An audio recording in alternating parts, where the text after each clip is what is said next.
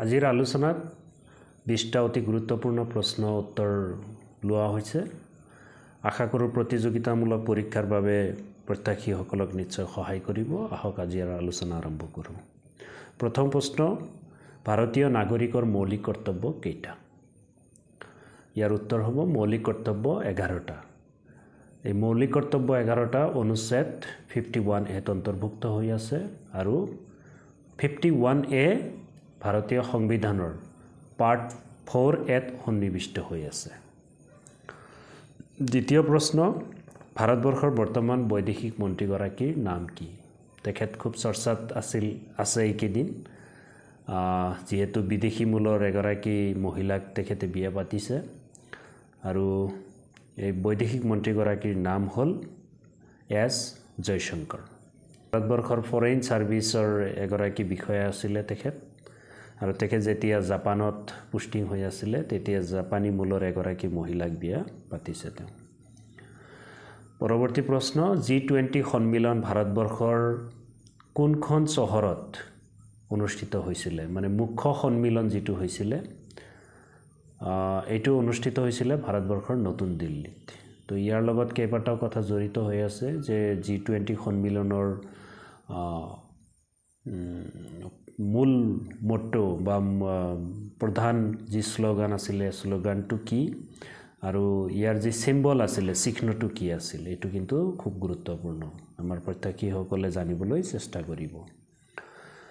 পৰৱৰ্তী প্ৰশ্নলৈ আগবাঢ়িছোঁ। ভাৰতবৰ্ষৰ প্ৰথম উপ প্ৰধানমন্ত্ৰীগৰাকীৰ নাম কি? স্বাধীন ভাৰতৰ প্ৰথম উপ প্ৰধানমন্ত্ৰী আছিলে চৰ্দাৰ বল্লভভাই পেটেল। চৰ্দাৰ বল্লভভাই পেটেলক আইৰণ মেন অফ ইণ্ডিয়া বুলি জনা যায়, এইটো মনত ৰাখিব। নেক্সট প্ৰশ্নলৈ আগবাঢ়িছোঁ। ভাৰতীয় সংবিধানৰ সমতাৰ অধিকাৰ অনুচ্ছেদ কিমানৰ পৰা কিমানলৈ সন্নিৱিষ্ট হৈ আছে? সমতাৰ অধিকাৰ ভাৰতীয় সংবিধানৰ অনুচ্ছেদ 14ৰ পৰা অনুচ্ছেদ 18লৈ সন্নিৱিষ্ট হৈ আছে। 19ৰ পৰা 22লৈ সন্নিৱিষ্ট হৈ আছে স্বাধীনতাৰ অধিকাৰ। শোষণৰ বিৰুদ্ধে অধিকাৰ সন্নিৱিষ্ট হৈছে 23-24। চ' এনেকৈ মৌলিক অধিকাৰৰ ডিটেইলছ আমি জানিব লাগিব। উচ্চতম ন্যায়ালয়ৰ ন্যায়াধীশসকলৰ অৱসৰৰ বয়স কিমান বছৰ? চ' উচ্চতম ন্যায়ালয়ৰ ন্যায়াধীশসকলৰ অৱসৰ বয়স 65 years, 65 বছৰ। ভাৰতবৰ্ষৰ যি ৰাজ্য ব্যৱস্থা আছে, ভাৰতৰ যি ব্যৱস্থা আছে শাসন ব্যৱস্থা, ইয়াৰ মানে সৰ্বোচ্চ কোন হয়? শাসন ব্যৱস্থা কেনেকৈ চলে? ইয়াৰ প্ৰধান কাৰ ওপৰত নিৰ্ভৰ কৰে শাসন ব্যৱস্থা, বা কাৰ ওপৰত নিৰ্ভৰ কৰি ভাৰতবৰ্ষৰ বৰ্তমান শাসন ব্যৱস্থা চলাই থকা হৈছে? এইটো হ'ব ভাৰতীয় সংবিধান। ভাৰতীয় সংবিধানৰ ওপৰত নিৰ্ভৰ কৰি ভাৰতবৰ্ষৰ শাসন ব্যৱস্থা চলাই থকা হৈছে। নেক্সট প্ৰশ্নলৈ আগবাঢ়িছোঁ যে ভাৰতবৰ্ষৰ উচ্চতম ন্যায়ালয়ৰ প্ৰথম মহিলা ন্যায়াধীশ কোন আছিল? ইয়াৰ শুদ্ধ উত্তৰ হ'ব এম ফাতিমা বিবি। এম ফাতিমা বিবি ভাৰতবৰ্ষৰ উচ্চতম ন্যায়ালয়ৰ প্ৰথম মহিলা ন্যায়াধীশ। নেক্সট এটা খুব সহজ প্ৰশ্ন যে ভাৰতবৰ্ষৰ প্ৰথম ৰাষ্ট্ৰপতি কোন আছিলে? ভাৰতবৰ্ষৰ প্ৰথম ৰাষ্ট্ৰপতি ডক্টৰ ৰাজেন্দ্ৰ প্ৰসাদ। তেওঁ সংবিধান সভাৰো সভাপতি আছিলে। ৰাজ্যসভাৰ প্ৰধান উপসভাপতি কোন? Ex officio chairman of Rajya Sabha. ভাৰতবৰ্ষৰ উপৰাষ্ট্ৰপতি ৰাজ্যসভাৰ প্ৰধান সভাপতি। এইটো মনত ৰাখিব, ইয়াৰ আগৰ ভিডিঅ'টো আলোচনা কৰা হৈছে। ৰাজ্যসভাৰ সাংসদসকলৰ কাৰ্যকাল কিমান বছৰ? ৰাজ্যসভাৰ সাংসদসকলক পৰোক্ষভাৱে নিৰ্বাচন কৰা হয় বিভিন্ন ৰাজ্যৰ পৰা। বিধায়কসকলে তেওঁলোকৰ মতদানৰ জৰিয়তে ৰাজ্যসভাৰ সাংসদসকলক নিৰ্বাচন কৰে আৰু তেখেতসকলৰ কাৰ্যকাল 6 বছৰ। যদিও লোকসভাৰ সাংসদসকলৰ কাৰ্যকাল সৰ্বোচ্চ কাৰ্যকাল 5 বছৰ, কিন্তু ৰাজ্যসভাৰ কাৰ্যকাল 6 বছৰ।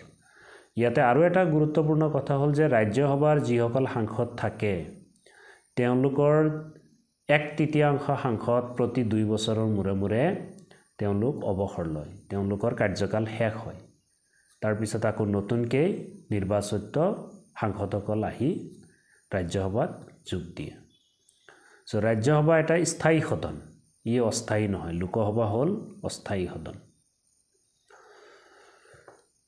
ভাৰতবৰ্ষৰ প্ৰথম কোনগৰাকী ৰাষ্ট্ৰপতি বিনা নিৰ্বাচনে মানে নিৰ্বাচিত হৈছিল কোনো প্ৰতিদ্বন্দ্বী নাছিল তেওঁৰ আৰু তেওঁৰ বিৰুদ্ধে কোনো ব্যক্তিয়ে প্ৰতিদ্বন্দ্বিতা কৰা নাছিল এই ৰাষ্ট্ৰপতি গৰাকী হ'ল নীলম সঞ্জীৱ ৰেড্ডী নীলম সঞ্জীৱ ৰেড্ডীয়ে ভাৰতবৰ্ষৰ ৰাষ্ট্ৰপতি বিনা প্ৰতিদ্বন্দ্বিতা নিৰ্বাচনেৰে তেওঁ জয়ী হৈছিল ভাৰতীয় ৰাজ্য যি ৰাজ্য আছে ৰাজ্যসমূহৰ ৰাজ্যপাল আৰু কেন্দ্ৰীয় শাসিত অঞ্চলসমূহৰ উপৰাজ্যপালক কোনে নিয়োগ কৰে ভাৰতীয় ৰাজ্যসমূহ আৰু কেন্দ্ৰীয় শাসিত অঞ্চলসমূহৰ উপৰাজ্যপালক ৰাষ্ট্ৰপতিয়ে নিয়োগ কৰে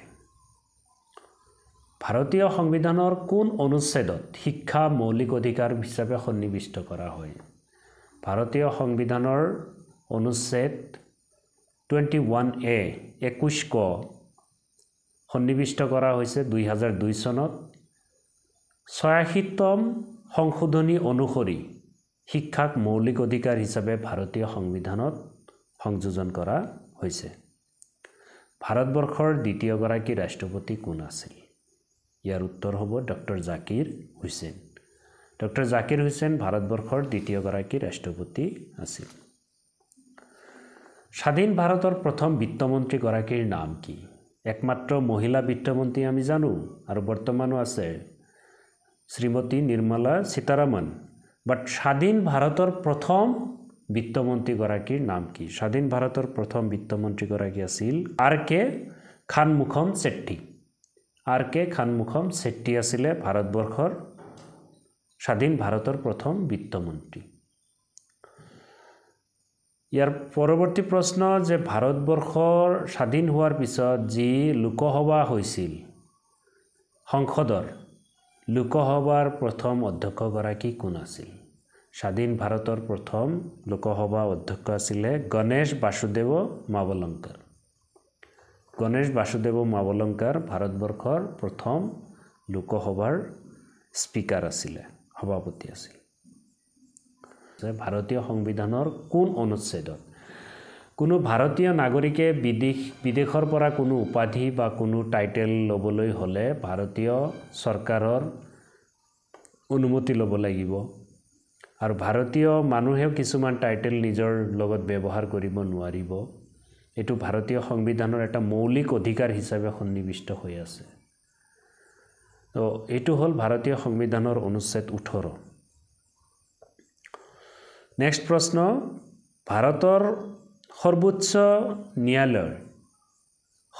ন্যায়ালয়ৰ বা উচ্চতম ন্যায়ালয়ৰ ন্যায়াধীশসকলক কোনে নিযুক্তি দিয়ে ইয়াৰ শুদ্ধ উত্তৰ হ'ব ভাৰতৰ ৰাষ্ট্ৰপতি ভাৰতবৰ্ষৰ ৰাষ্ট্ৰপতিয়ে ভাৰতৰ উচ্চতম ন্যায়ালয়ৰ ন্যায়াধীশসকলক নিযুক্তি দিয়ে লগতে যিমান উচ্চ ন্যায়ালয় আছে উচ্চ ন্যায়ালয়ৰ ন্যায়াধীশসকলকো ৰাষ্ট্ৰপতিয়ে নিযুক্তি পত্ৰ প্ৰদান কৰে বাট শপত খোৱাৰ ক্ষেত্ৰত ৰাজ্যপালে উচ্চ ন্যায়ালয়ৰ যিখিনি ন্যায়াধীশ আছে তেওঁলোকক শপত পাঠ কৰোৱায় এটো খুব এটা গুৰুত্বপূৰ্ণ কথা নিযুক্তি পত্ৰ ৰাষ্ট্ৰপতিয়ে দিয়ে উচ্চ ন্যায়ালয়ৰ কিন্তু শপত পাঠ কৰোৱায় শপত বাক্য পাঠ কৰোৱায় ৰাজ্যপালে সেই যি ৰাজ্যত তেওঁ নিযুক্তি দিছে সেই ৰাজ্যৰ ৰাজ্যপালে ভাৰতীয় সংবিধান অনুসৰি এজন ব্যক্তি কোনো ৰাজ্যৰ ৰাজ্যপাল হ'বলৈ তেওঁৰ নিম্নতম বয়স কিমান হ'ব লাগিব ইয়াৰ শুদ্ধ উত্তৰ 35 বছৰ লোকসভাৰ নিৰ্বাচনত প্ৰতিদ্বন্দ্বিতা কৰিবলৈ 25 বছৰ আৰু ৰাষ্ট্ৰপতি আৰু উপৰাষ্ট্ৰপতি হ'বলৈ নিম্নতম বয়স 35 বছৰ হ'ব লাগিব লগতে কোনো ৰাজ্যৰ ৰাজ্যপাল হিচাপে তেওঁৰ বয়স নিম্নতম 35 বছৰ হ'ব লাগিব ভাৰতীয় এজন নাগৰিকে তেওঁৰ ভোটাধিকাৰ পাব 18 বছৰত তেওঁ বিধানসভা বা লোকসভাৰ নিৰ্বাচনত প্ৰতিদ্বন্দ্বিতা কৰিবলৈ নিম্নতম বয়স 25 বছৰ হ'ব লাগিব। ৰাজ্যসভা নিৰ্বাচনত প্ৰতিদ্বন্দ্বিতা কৰিবলৈ নিম্নতম বয়স 30 বছৰ হ'ব লাগিব। ৰাষ্ট্ৰপতি বা উপৰাষ্ট্ৰপতি হ'বলৈ নিম্নতম বয়স 35 বছৰ হ'ব লাগিব। আৰু কোনো ৰাজ্যৰ যদি ৰাজ্যপাল হ'ব বিচাৰে নিম্নতম বয়স 35 বছৰ হ'ব লাগিব।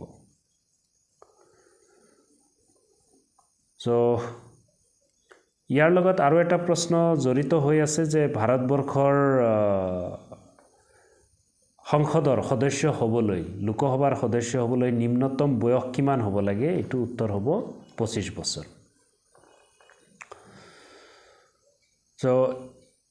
এইখিনি আজিৰ এই ভিডিঅ'টোৰ জৰিয়তে আমি আলোচনা কৰিলোঁ আৰু আশা কৰোঁ ইয়াৰ লগত এই প্ৰশ্নকেইটাৰ লগত যিখিনি জড়িত কথাখিনি আলোচনা কৰিলোঁ ছাত্ৰ ছাত্ৰীসকলে বা প্ৰতিযোগিতামূলক পৰীক্ষাৰ বাবে যিসকলে প্ৰস্তুতি লৈ আছে তেওঁলোকে গুৰুত্ব সহকাৰে এইখিনি অধ্যয়ন কৰিব আৰু বিভিন্ন পৰীক্ষাৰ কাৰণে তেওঁলোকৰ সহায়ক হ'ব। Thank you so much.